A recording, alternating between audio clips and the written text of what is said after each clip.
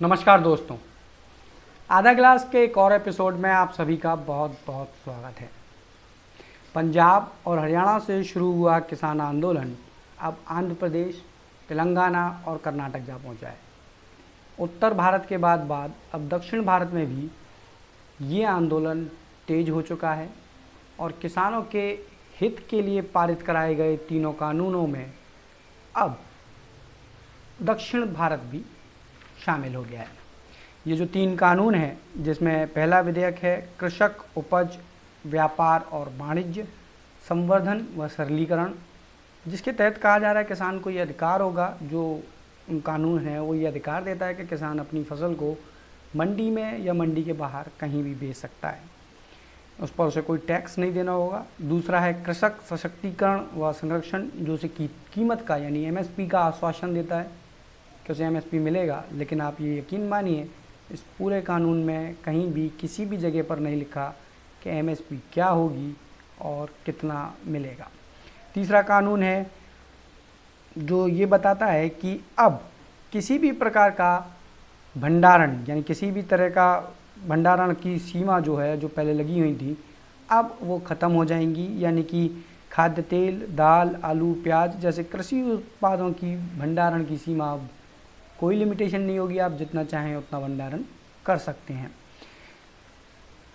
इस कानून के दूरगामी परिणाम अगर देखे जाएं तो बहुत हितकारी, बहुत लाभकारी नहीं लगते हैं, लेकिन सरकार और उसके मंत्रियों को पहली बार स्वतंत्र भारत के बाद पहली बार अपने किसी कानून को पास कराने के लिए जिस तरह से जिस दौर से गुजरना पड़ा, वो एक बड़ा सवाल है या वो एक बड़े सवालों के घेरे में है। और सरकार की ही मान ली जाए कि इस कानून से या इन कानूनों से कृषि को फ़ायदा होगा, तो एक बहुत बड़ा, एक बहुत लंबे समय में दिखाई देता है। सरकार की नीतियों के ही अनुसार ये बहुत लंबे समय में नज़र आता है कि बहुत लंबे समय बाद किसान को फ़ायदा मिलने वाला है। लेकिन जिन देशों में इस तरह की व्यवस्थाएं लागू हैं उसमें ऐसा नहीं है, या उन देशों में ऐसा नहीं है जिन देशों में ये 7 दशक, 6 दशक या 5 दशक से इस तरह की व्यवस्थाएं लागू हैं, उनमें भी किसानों का हाल बेहाल है। उससे संबंधित लिंक आपको इस वीडियो का, जिसके बारे में मैं बात कर रहा हूँ, जो दूसरे देशों में या दूसरे देशों के किसानों के लिए इस तरह की व्यवस्था है, उसका लिंक आपको नीचे डिस्क्रिप्शन में मिल जाएगा। आप वहाँ जाकर भी उस वीडियो को देख सकते हैं। लेकिन बात मैं यहाँ पर सिर्फ ये कर रहा हूँ कि आखिर इतना हंगामा बरपा क्यों है, क्योंकि और पहली बार सरकार के मंत्रियों को खुद मीडिया के सामने, किसानों के सामने, टीवी चैनल्स के सामने, अलग अलग कार्यक्रमों में कहना पड़ रहा है कि एमएसपी से कोई छेड़छाड़ नहीं की जा रही है, एमएसपी यानी न्यूनतम समर्थन मूल्य बना हुआ है, बना रहेगा। और इस कानून के तुरंत बाद ही अगर बात की जाए तो एमएसपी बढ़ा भी दिया गया है। अगर बात करूं इसके तुरंत बाद एमएसपी के बढ़ाने की, तो आपको बता देना चाहता हूं, गेहूं पर 50 रुपये प्रति क्विंटल, चने पर 225, जौ पर 75, मसूर में 300, सरसों में 225 और कुसुम्भ में भी 112 रुपये प्रति क्विंटल की एमएसपी में वृद्धि की गई है। पक्ष यानी अब गिलास के दोनों पहलुओं पर बहुत शॉर्ट में बात करते हैं।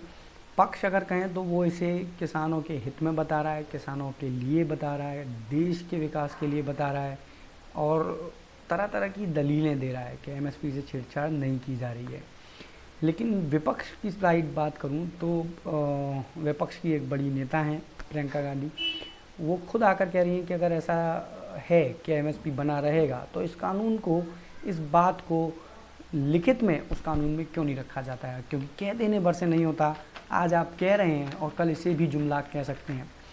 तो ऐसा क्यों है और ऐसा किस लिए हो रहा है। लेकिन कुछ अर्थशास्त्री या कुछ विशेषज्ञों की बात करूं या जो इस कृषि से जुड़े जानकार हैं उनकी बात करूं, तो वो कहते हैं आज पूरे देश में किसानों के भविष्य को लेकर एक तीखी जो बहस छिड़ी हुई है।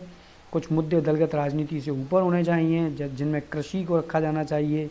नए नियम, नए कानून तो बना दिए गए हैं, लेकिन इन कानूनों का लाभ किसान को कैसे मिलेगा। अगर फसल अच्छी हो भी जाती है तो वो उस फसल को अपने खेत से उस बाज़ार तक, उस मंडी तक लाने के लिए आज भी देश में सड़कों का जाल इतना अच्छा नहीं है।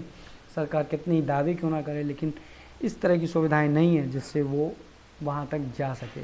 केवल फसल पर ही नहीं रहना चाहिए, फसल के अलावा भी हमें आगे बढ़कर सोचना चाहिए कि आखिरकार किसान को दूसरे लाभ, दूसरे हित जिससे उसकी आय दोगुनी हो सके, वो कैसे होगा।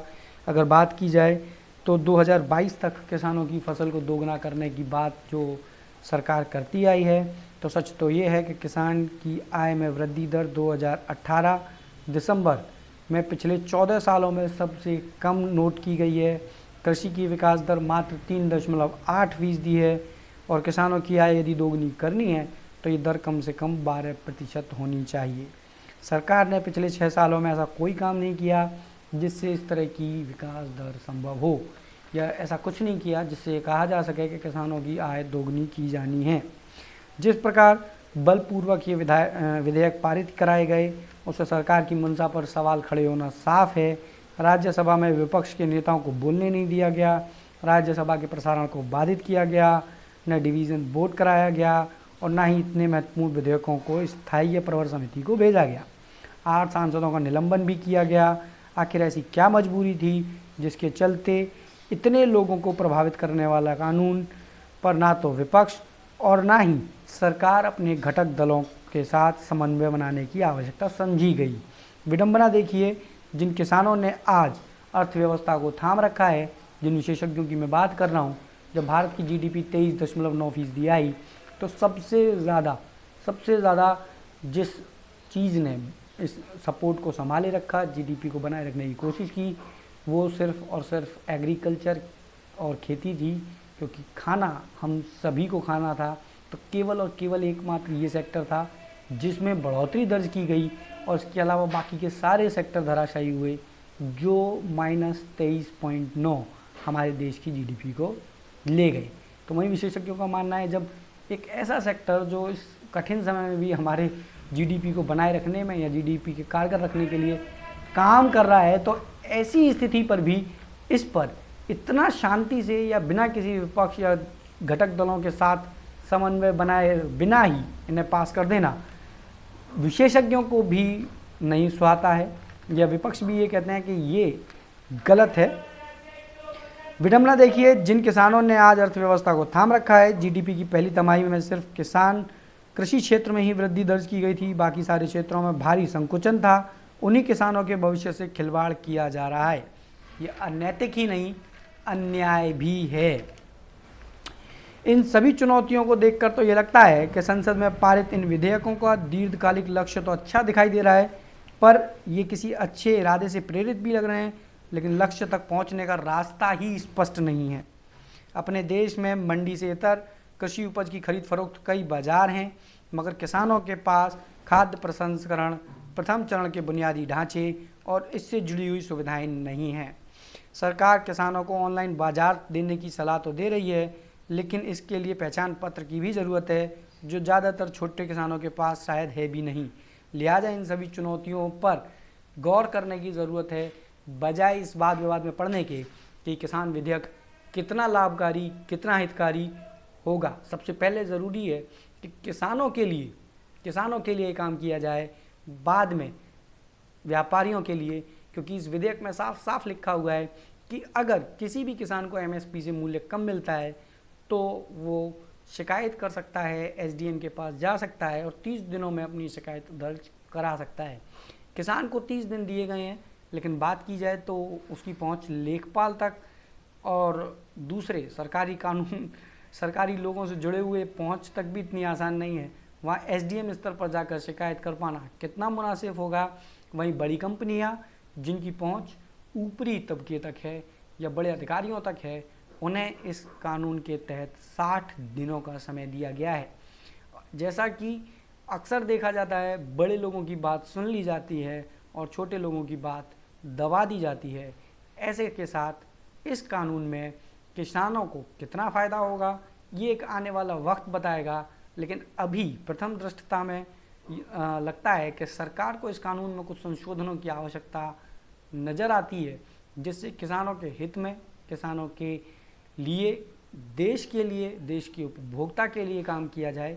क्योंकि जिस तरह का कानून पास होने वाला है या पास किया गया है राज्यसभा से, लोकसभा से, उसे देखकर ऐसा लगता है कि ये किसानों के हित में कम, व्यापारी और बड़ी कंपनियों के हित में ज़्यादा नज़र आता है।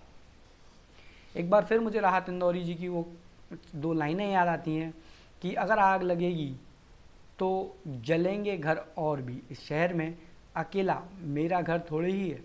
तो कुछ वैसा ही नज़र आता है कि आज सरकार जिन नीतियों को या जिस हिटलर रूल से काम कर रही है उसे देखकर सिर्फ ये कहा जा सकता है कि देश में विकास सिर्फ जिंदा रहना भर ही होगा।